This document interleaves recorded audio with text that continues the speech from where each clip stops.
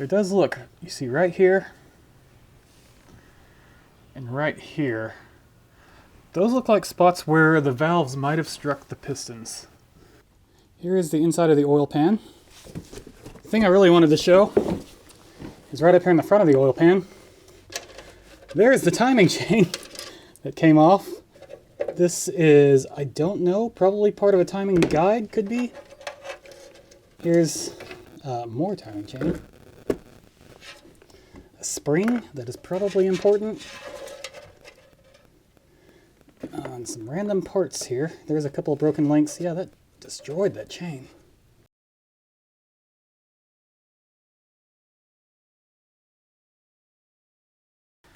Alright, at this point, I'm going to rotate the engine upside down so I can work on it from the bottom a little easier. Oop, let's take it a little slow.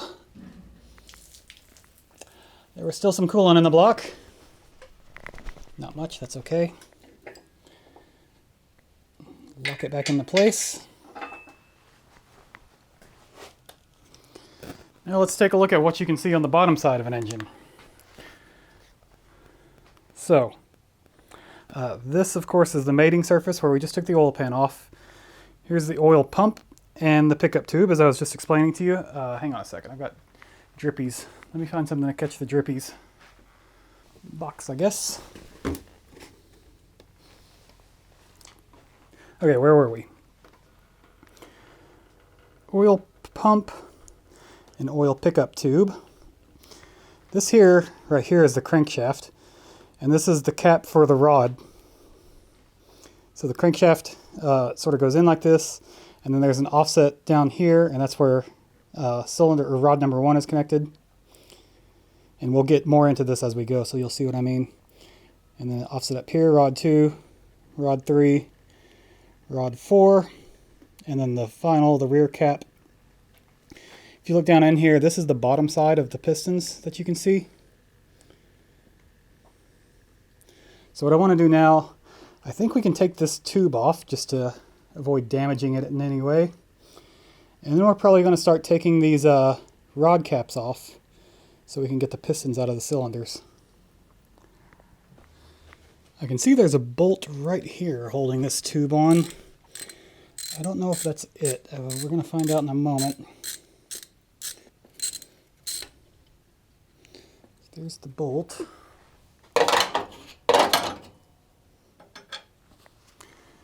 Now, does this thing come free at that point? Yes, it does. Nice. I'm going to place this bolt just back in the hole just to keep it. I realize I've made an out-of-sequence error. I'm to the point where I want to take this front timing cover off, and I realize that to do that, this pulley needs to come off. The issue with that is this pulley is the crankshaft pulley, and if I just try to turn it, I turn the whole engine around. We're not making any progress there. So what should have happened is I should have done this when the flywheel was still installed back here, and then I could lock the flywheel off, and that would prevent the engine from turning. That's quite a few steps back, and I don't really want to go back to that step. So what I'm going to try to do is use this pry bar wedged in here to hold this lobe of the crankshaft and try to lock it in place while I turn the pulley. Now, I know some of you are already frowning at this idea. So let me say, I know there are surfaces in here that you really don't want to scratch or scar. The cylinder bore, for example. But if I have this wedged right where I have it right now, all I'm prying against is this rough cast surface on the inside of the crankshaft, and the rough cast surface, or on the inside of the crankcase, and the rough cast surface on the crankshaft. So I'm not actually touching any of the machine parts that need to be smooth. So we're going to give this a shot. Get my steel pipe back out.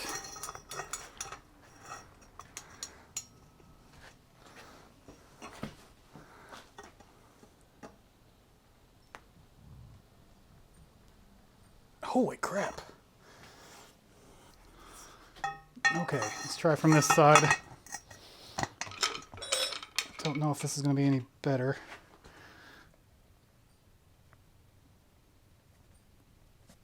Come on.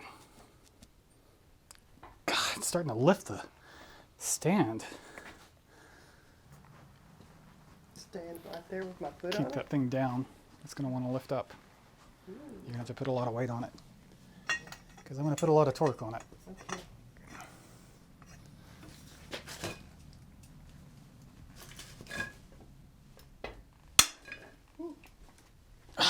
That was it. I think so. Yeah. Sounded like it. Wow, that was tight.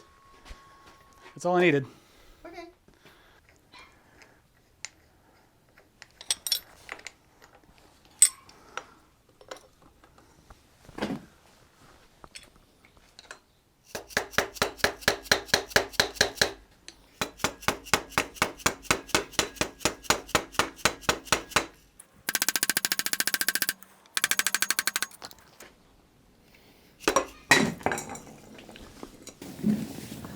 Okay, now can we get this front cover off? It looks like it separates here, here.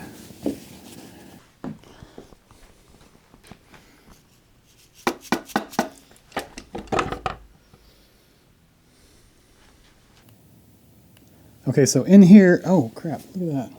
Broken teeth on the sprocket too. Wow. Okay, so in here is where we should have found the, oh my gosh, there's more stuff wrong the more I look at it. This is where we should have found the timing chain that we ultimately found in the bottom of the oil pan. What I'm just seeing is I just pointed out there's 2 broken teeth on this sprocket. The rest of them are okay, I think. This bolt isn't supposed to look like this. It's been grounded off by the chain. I assume it's been off of its guide. And this one down here is the same. I don't know how this stuff is supposed to fit together. This is kind of the problem with taking apart broken things, is because I don't get to see how that was supposed to go together. So when I go to reassemble it, it's a little bit harder. Okay, so I just got my new timing kit out to compare it to the parts that we're looking at in here. That's the cam gasket. That's it's with the head in the machine shop right now, so we can't compare that. But here's that broken sprocket on here. We have a replacement for that. That comes in the kit, thankfully. New chain. This replaces that guide. And this is this guide on this side, but as you can see, well, maybe you can't see because it's in plastic. As you can see, this is supposed to be an L-shaped thing with a whole edge here, and that's just completely gone. So the chain at some point broke or wore its way through that bracket and then started wearing through these bolts. I can almost guarantee you that's the sound, the clattery sound we were hearing when the engine was new.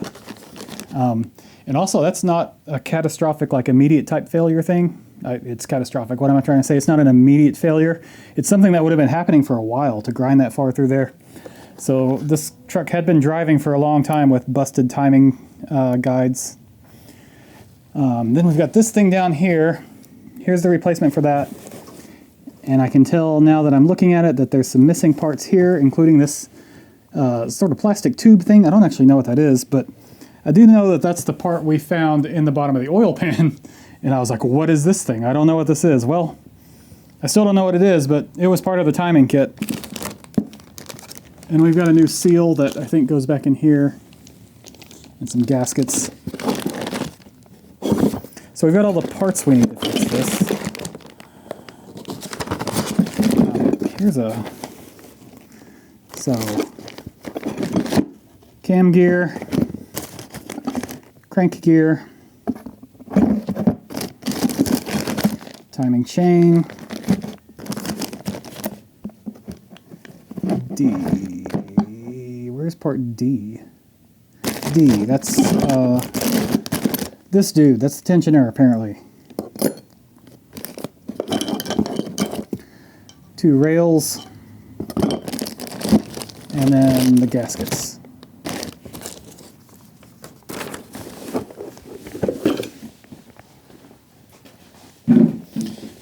Okay, so here's the rest of this thing that I found in the oil pan. So that would have been on like that. And it took a would have gone maybe like this actually, so that this part was outside, because the chain looks like it ate quite a ways into this thing before it just ripped it off. It was probably grinding into it and then finally caught a lip and just yanked it off. And that was probably when it actually like catastrophically failed.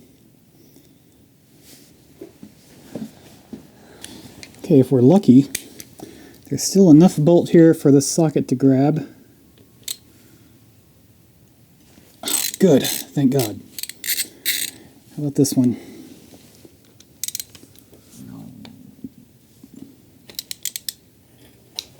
Yay, we got both of them.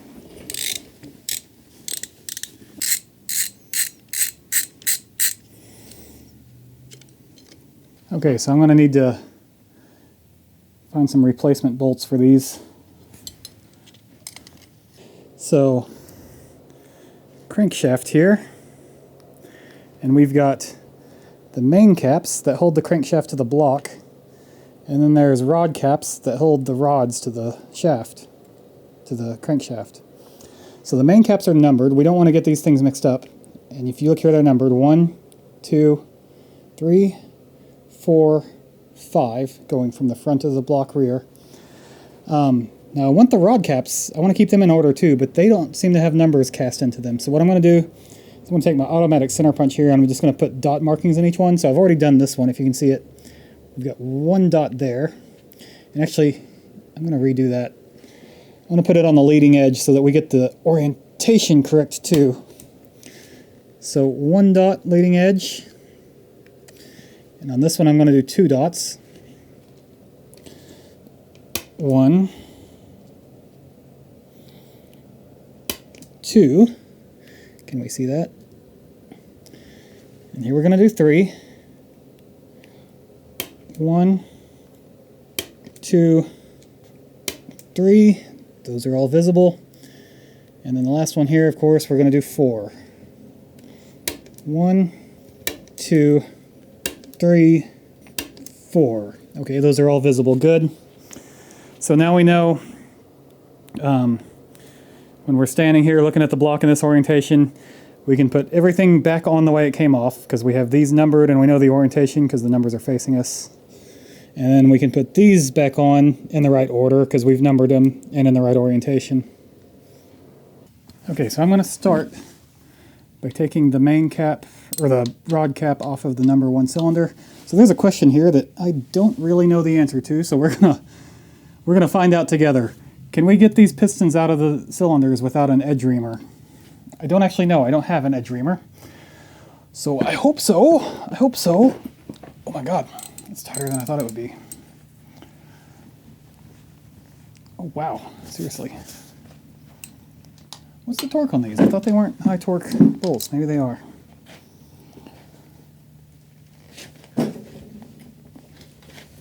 Whew, there we go.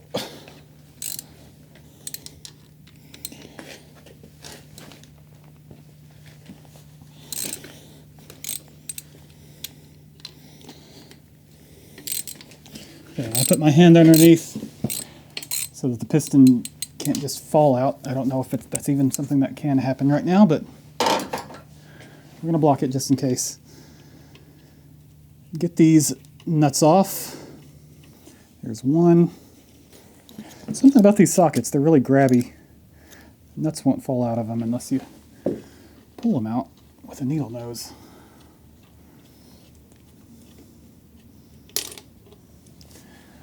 There's 2. So before we go any further, I'm going to bag and tag these. Okay, so is the cap free now? Cap should be free, shouldn't it?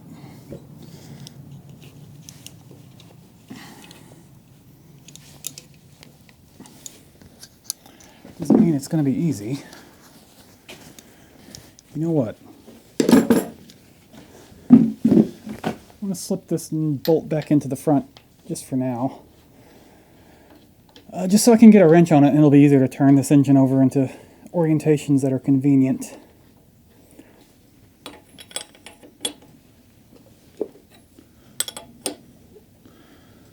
Okay, let's put you on top. And now you should be free. Maybe I need to tap these That's probably true. Let's tap the bolts out. Plastic hammer. There we go, there we go.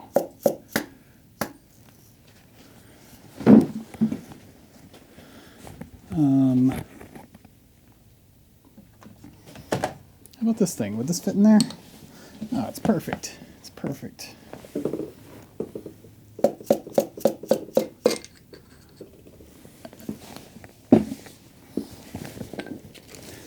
Okay, there's the cylinder 1 rod cap, and then that which is left in there is the bearing.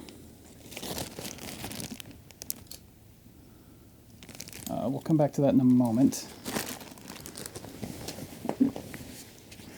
Now let's see if we can slide this piston out the front of the cylinder. That was the correct word. Ooh, there we go. I have never done this before.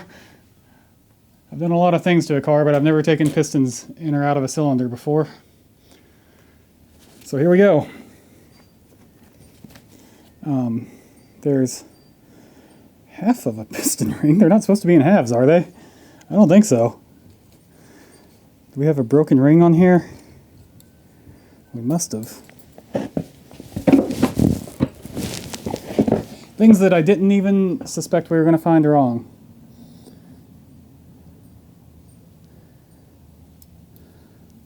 Yeah, they're not supposed to be in halves. It's supposed to be one piece with a split at the end like this one. So we did have a bad piston ring on here. I didn't even know that.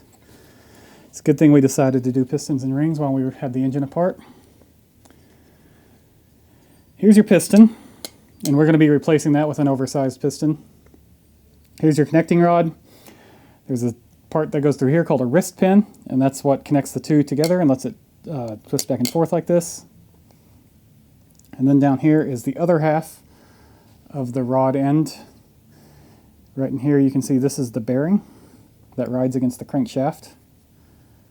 So we're going to be replacing these bearings, reusing these rods, replacing these pistons and wrist pins and rings.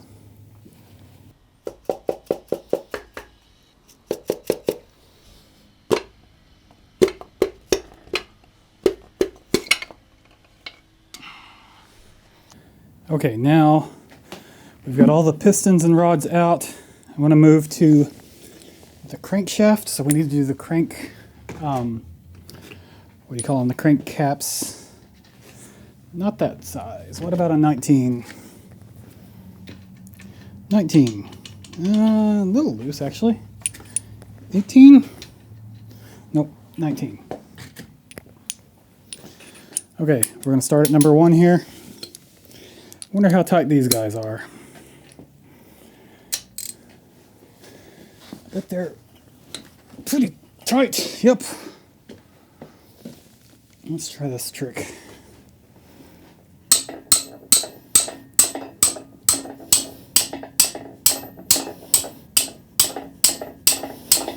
Wow, that's not doing it.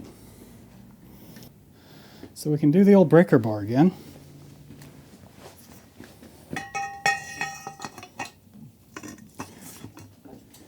And then if I just, there we go. Don't have to put that much force into it, just more than I was able to do with the little guy.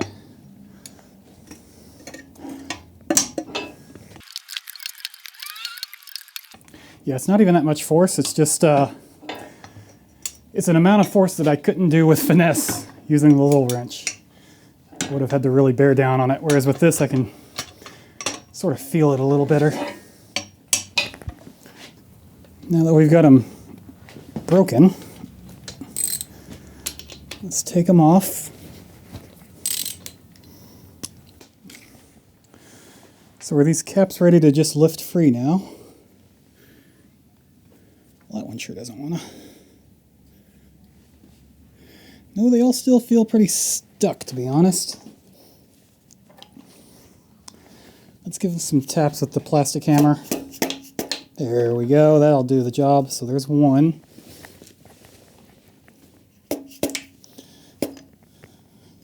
Two. And the bearing is still in there. grab that in a moment. 3. 3 is special, and I'll show you why in just a second. 4. And 5.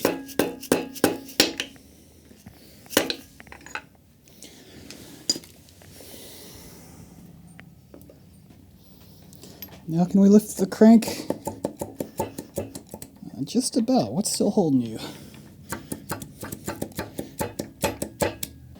Well, anyway, so 3 is special because it has extra bearings in it. These ones on the sides, both sides, these are thrust bearings. And those control the forward-backward movement of the crank instead of the rotational. All the other bearings deal with the rotational motion of the crank, but you need something to keep it from scooting forward and back as different forces are applied on it, which would rub against the block. So number 3 has the thrust bearings that deal with that. Okay, I think I see the issue we have with why this crank isn't wanting to lift out. And unfortunately, it's another out-of-sequence problem. The end of the crankshaft is riding inside this seal thingy. Where'd my wrench go? I can turn it so I can show you what I mean. Okay, so we're going to turn it there. And if you watch down here, you see the part that's turning is the inside. That's what we're trying to take out, but it can't come out because that outside bit is holding it. We need to take that off. And unfortunately, that's bolts that are down inside here, underneath this engine plate. All right, I got those 4 bolts out of here by reaching into here with a open-end wrench. It wasn't difficult at all, just took a few minutes because wrenches are kind of awkward to use. So now we're just going to tap and see if that's free.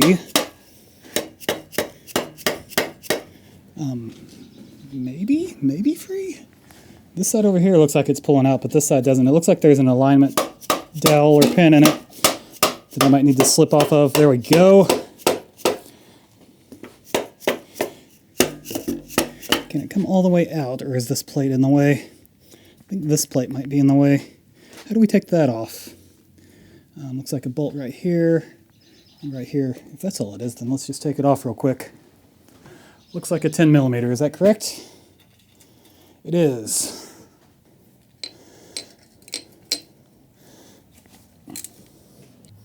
So does this plate slip off? Yes, it does. Sweet. I'm going to tag and bag those 2 bolts. I'm going to call them flywheel dust plate. I don't know. Don't know what you call that part. Now with that gone, this comes out, correct? Mostly correct. It would if this engine mount wasn't in the way. But maybe that's enough. Zoom us out here. Can we just pull the whole crankshaft now? It feels like it wants to, but it's not quite. Let's try some tappy taps.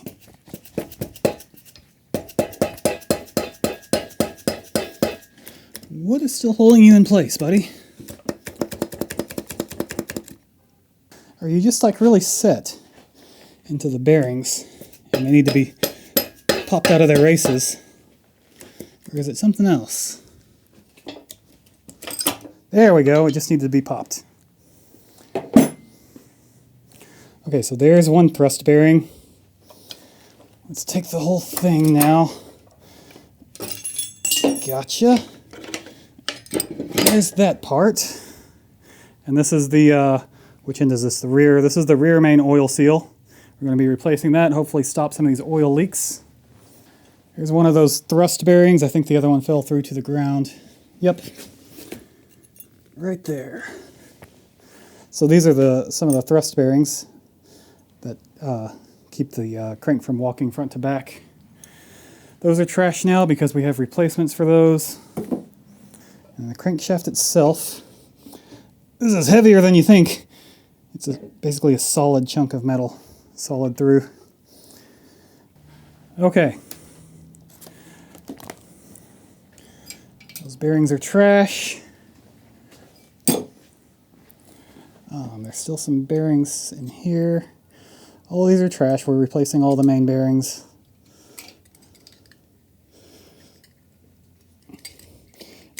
Bearings are not expensive. It makes no sense to get this deep into an engine and not replace bearings.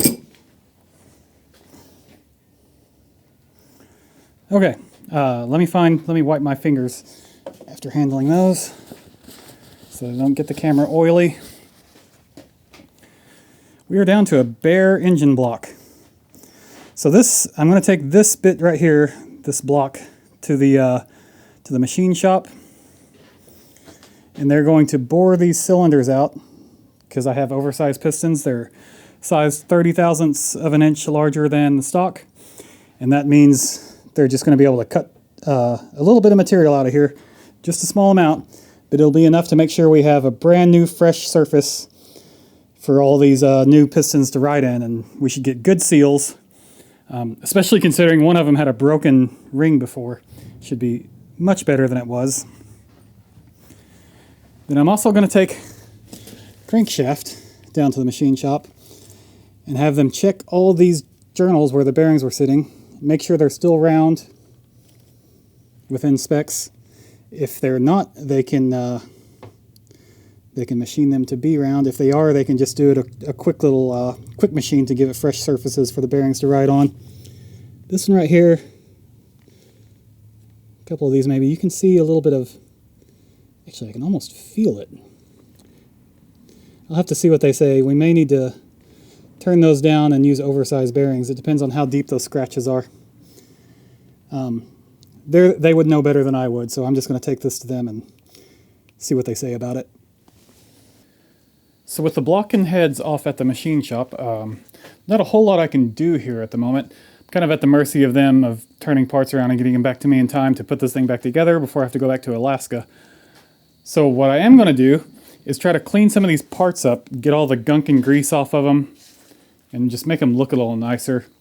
I'm thinking like the exhaust manifold, the intake manifold, this engine plate, oil pan, the valve cover is around here somewhere, I'm not quite sure where, a couple of other small parts.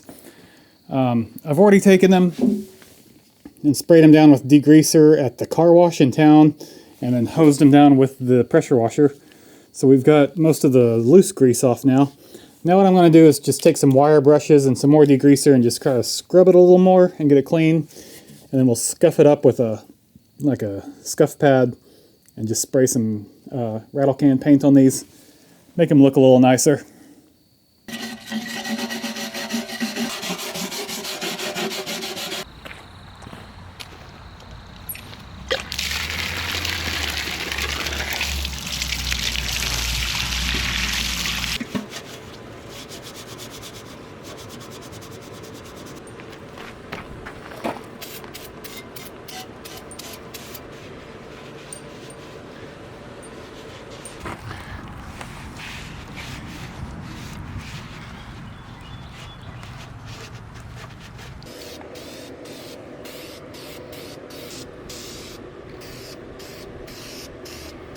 Got my oil pan and valve cover, first coat of primers. I'm going to do another coat on them before I go to color.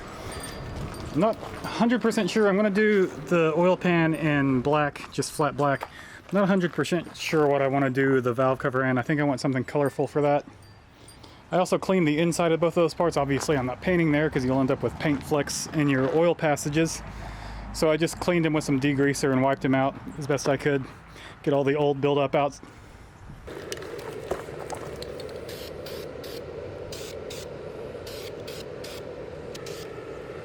I'm giving a coat of just some black high temperature header paint to the exhaust manifold here.